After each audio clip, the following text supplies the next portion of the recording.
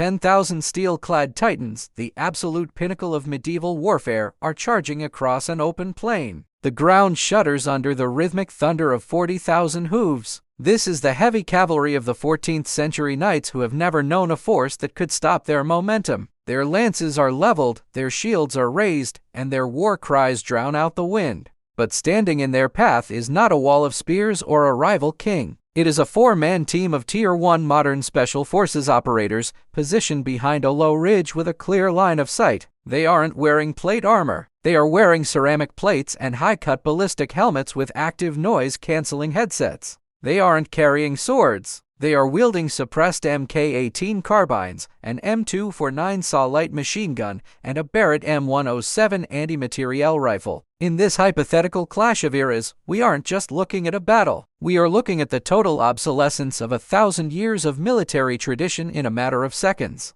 The knights see only for men. To a medieval commander, this looks like a joke, a suicide mission. They accelerate into a full gallop, confident that their sheer mass will crush these peasants into the mud. But at 1,200 yards, the world changes. The operator behind the Barrett M107 squeezes the trigger. There is no cloud of black powder smoke, only a sharp, metallic clack and a puff of dust. A .50 caliber round, traveling at nearly 3 times the speed of sound, strikes the lead knight's horse squarely in the chest. The animal doesn't just fall, it disintegrates internally, flipping forward and sending its armored rider tumbling into the dirt at 30 miles per hour. The knights behind him don't understand what happened. There was no arrow, no catapult stone, just a sudden, invisible strike from the gods. As the cavalry closes to 800 yards, the M249 saw opens up. This is where the unlimited ammo factor turns a skirmish into a meat grinder. A medieval knight is used to arrows that might bounce off his breastplate or crossbow bolts that take 30 seconds to reload. He is not prepared for a weapon that spits out 800 rounds per minute. The Special Forces gunner isn't aiming for individual men. He is talking his gun across the horizon, creating a horizontal scythe of lead.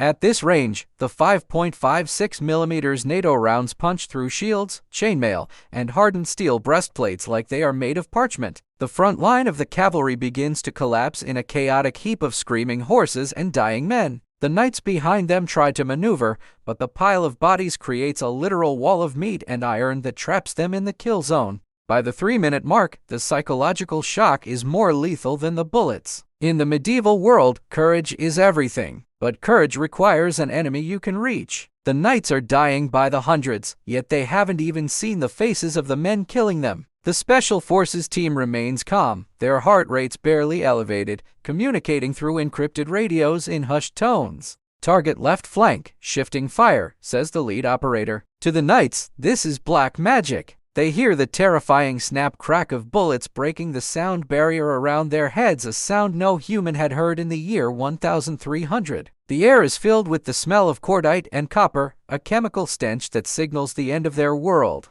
As we reach 5 minutes of sustained fire, the unbreakable knights finally break. The charge has stalled completely. The ground is a graveyard of shining steel and colorful banners, now soaked in red. The survivors attempt to retreat, but the Special Forces team transitions to their carbines for precision work. With holographic sights and 4x magnifiers, they pick off the commanders, the dukes and earls, identified by their elaborate surcoats and crests. Every time a leader tries to rally the men, his head vanishes in a spray of crimson. The chain of command is erased. The 10,000 knights are no longer an army. They are a panicked mob of individuals realize they are hunted by a force they cannot comprehend. The second half of this slaughter is a grim lesson in modern efficiency. The operators don't waste movement. They utilize a peel maneuver, staying mobile even though the enemy can't reach them, practicing perfect muzzle discipline and sector control. They deploy a small reconnaissance drone, a ghost in the sky, to track those who try to hide in the tree line.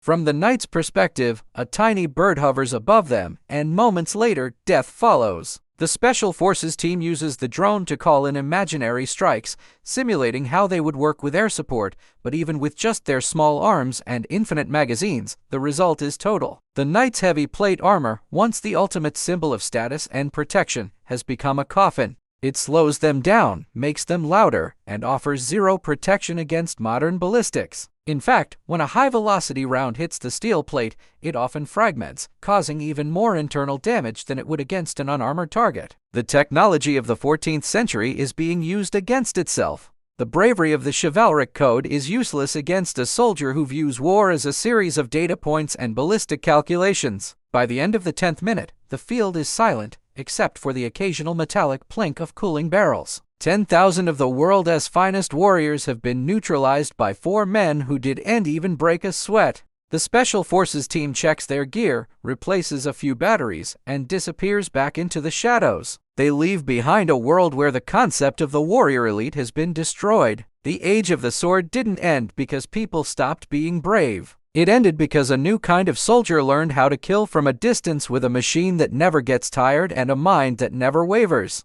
This wasn't a fight. It was an execution of the past by the future. Would you like me to generate the visual prompts for these scenes so you can create the images for this video?